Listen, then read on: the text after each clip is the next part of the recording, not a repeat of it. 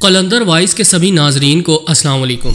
آج ہم آپ کو بتائیں گے کہ حضرت آسیہ علیہ السلام اور فرعون کی شادی کیوں اور کیسے ہوئی، اور شادی کی پہلی رات حضرت آسیہ فرعون کی ہم بستری سے کیسے بچیں۔ حضرت آسیہ کے متعلق حضور اکرم صلی اللہ علیہ وآلہ وسلم نے کیا ارشاد فرمایا، یہ جاننے کے لیے ویڈیو کو شروع سے لے کر آخر تک ضرور دیکھیے گا، اور اگر آپ چینل پر نئے ہیں تو اسے سبسکرائب بھی کر لیجئے۔ تو آئیے چل کر موضوع کا باقاعدہ آغاز کرتے ہیں۔ معزز خواتین و حضرات، آج کا یہ اہم موضوع ایک ایسی پاک باز خاتون کے بارے میں ہے جن کو ہمارے پیارے نبی حضور اکرم صلی اللہ علیہ وآلہ وسلم نے 4 عظیم عورتوں میں شامل کیا۔ وہ 4 عظیم ہستیاں حضرت خدیجہ علیہ السلام، حضرت فاطمہ علیہ السلام، حضرت مریم علیہ السلام اور حضرت آسیہ علیہ السلام ہیں۔ حضرت آسیہ علیہ السلام کی شادی فرعون سے ہوئی اور آپ فرعون کے ساتھ محل میں رہتی تھیں۔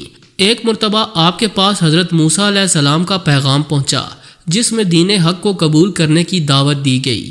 وہی حضرت موسیٰ علیہ السلام جن کی پرورش فرعون کے دربار میں ہوئی، اور حضرت موسیٰ علیہ السلام کی پرورش میں حضرت آسیہ نے ایک اہم کردار ادا کیا۔ حضرت موسیٰ علیہ السلام کے پیغام پر حضرت آسیہ علیہ السلام نے بہت غور و فکر کے بعد یہ محسوس کیا کہ حضرت موسیٰ علیہ السلام کا دین ہی حق پر ہے اور فرعون کی فرعونیت صرف 4 دن کی ہے۔ عوام کے ساتھ اپنے شوہر کے بے ایمانہ سلوک کو دیکھتے ہوئے حضرت آسیہ علیہ السلام نے حضرت موسیٰ علیہ السلام کا دین قبول کر لیا، حالانکہ ان کو معلوم تھا کہ ایمان لانے کی وجہ سے ان کی تمام خوشیاں اور مقام و منصب چھن سکتا ہے، یہاں تک کہ ان کی جان بھی جا سکتی ہے۔ لیکن اس سب کے باوجود حضرت آسیہ علیہ السلام نے حق قبول کر لیا اور اللہ تعالیٰ کی پاک ذات پر ایمان لے آئیں اور اپنے گزشتہ اعمال سے توبہ کر لی اور نیک اعمال کے ذریعے اپنی آخرت کو آباد کرنے کی فکر میں لگ گئیں۔ حضرت آسیہ علیہ السلام کا توبہ کرنا کوئی آسان کام نہ تھا، اس کی وجہ سے حضرت آسیہ کو اپنے تمام مال و دولت اور منصب کو چھوڑنا پڑا اور فرعون اور اس کے حامیوں کی ملامت کا سامنا بھی کرنا پڑا۔ لیکن پھر بھی حضرت آسیہ علیہ السلام توبہ، ایمان، عمل صالح اور ہدایت کی طرف قدم بڑھاتی رہیں۔ حضرت آسیہ علیہ السلام کی توبہ فرعون اور اس کے درباریوں کو ناگوار گزری، کیونکہ پورے شہر میں اس بات کی شہرت ہو گئی کہ فرعون کی بیوی اور ملکہ نے فرعونی طور طریقے کو ٹھکراتے ہوئے مذہب کلیم اللہ کو منتخب کر لیا ہے۔ سمجھا بجھا کر، ترغیب دلا کر اور ڈرا دھمکا کر بھی حضرت آسیہ علیہ السلام کے بڑھتے ہوئے قدم کو روکا نہ جا سکا، کیونکہ حضرت آسیہ علیہ السلام دل کی آنکھوں سے حق کو دیکھ کر اسے قبول کر چکی تھیں۔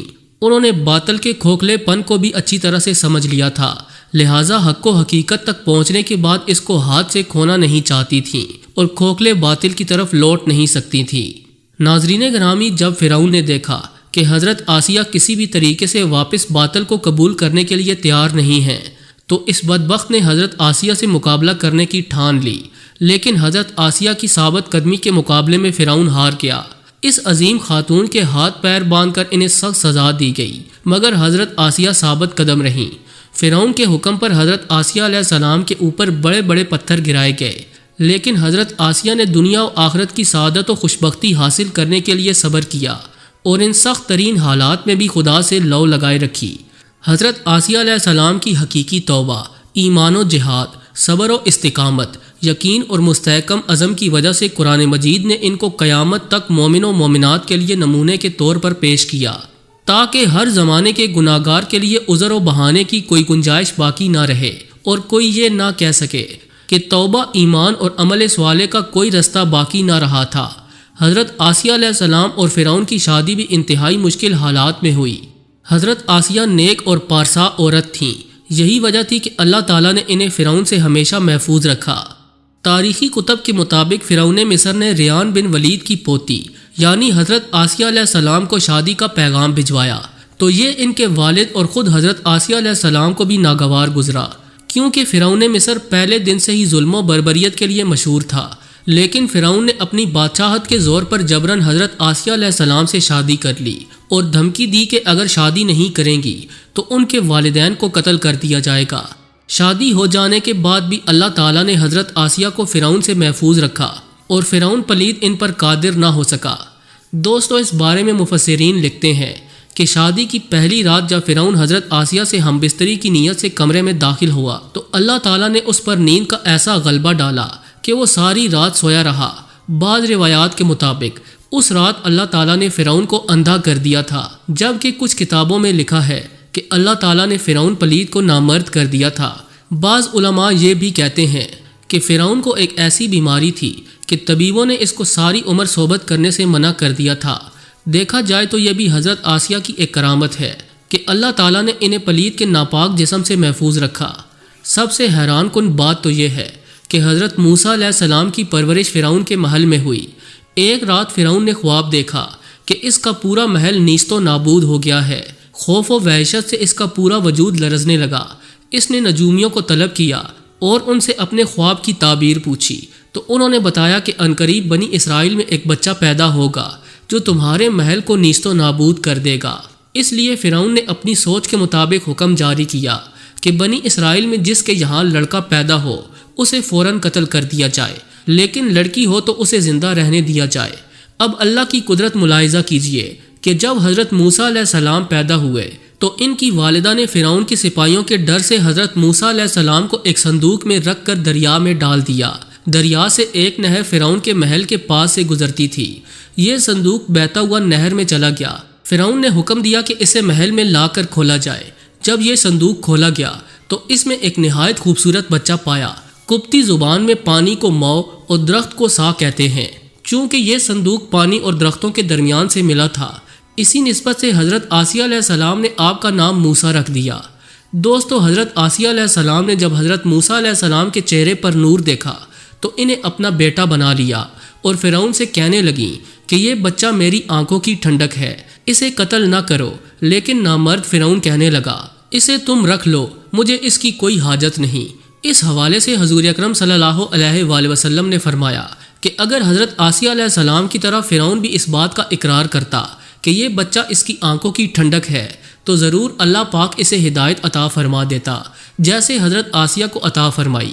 قرآن پاک میں حضرت آسیہ کی دعا کے بارے میں ارشاد کیا گیا، اس نے دعا کی کہ اے میرے رب، میرے لیے اپنے پاس جنت میں مکان بنا اور مجھے فرعون سے اور اس کے عمل سے بچا اور مجھے ظالم لوگوں سے خلاصی دے۔ حضرت قتادہ رضی اللہ تعالی عنہ فرماتے ہیں کہ روئے زمین کے تمام تر لوگوں میں سب سے زیادہ سرکش فرعون تھا اور اس کے کفر نے بھی اس کی بیوی کو کچھ نقصان نہ پہنچایا، اس لیے کہ وہ اپنے زبردست ایمان پر پوری طرح سے قائم تھیں۔ جان لو کہ اللہ تعالیٰ عادل اور حاکم ہے اور وہ ایک گناہ پر دوسرے کو نہیں پکڑتا۔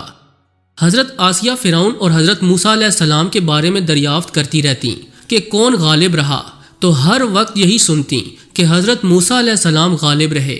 بس یہی ان کے ایمان کا باعث بنا اور وہ پکار اٹھیں کہ میں موسیٰ اور ہارون کے رب پر ایمان لائی۔ فرعون کے حکم پر جب حضرت آسیہ علیہ السلام پر پتھر گرائے گئے تو حضرت آسیہ علیہ السلام نے آسمان کی طرف نگاہ کی تو اللہ رب العزت نے تمام پردے اٹھا دیے اور جنت میں جو مکان ان کے لیے بنایا گیا تھا اس مکان کو حضرت آسیہ علیہ السلام نے اپنی آنکھوں سے دیکھ لیا تو اسی وقت ان کی روح پرواز کر گئی۔ چنانچہ جس وقت ان پر ایک بڑا پتھر گرایا گیا تو اس وقت ان میں روح تھی ہی نہیں۔ اپنی شہادت کے وقت حضرت آسیہ دعا مانگ رہی تھیں، اے اللہ، جنت میں اپنے قریب کی جگہ مجھے عنایت فرما، مجھے فرعون اور اس کے عمل سے نجات دے، میں اس کی کفریہ حرکتوں سے بیزار ہوں، مجھے اس ظالم قوم سے عافیت میں رکھ۔ جی تو دوستو، یہ تھی آج کی ویڈیو کیسی لگی کمنٹ کر کے ہمیں ضرور آگاہ کیجیے گا۔ ایسی ہی انفارمیٹیو ویڈیوز دیکھنے کے لیے ہمارے چینل قلندر وائس کو سبسکرائب بھی کر لیجئے۔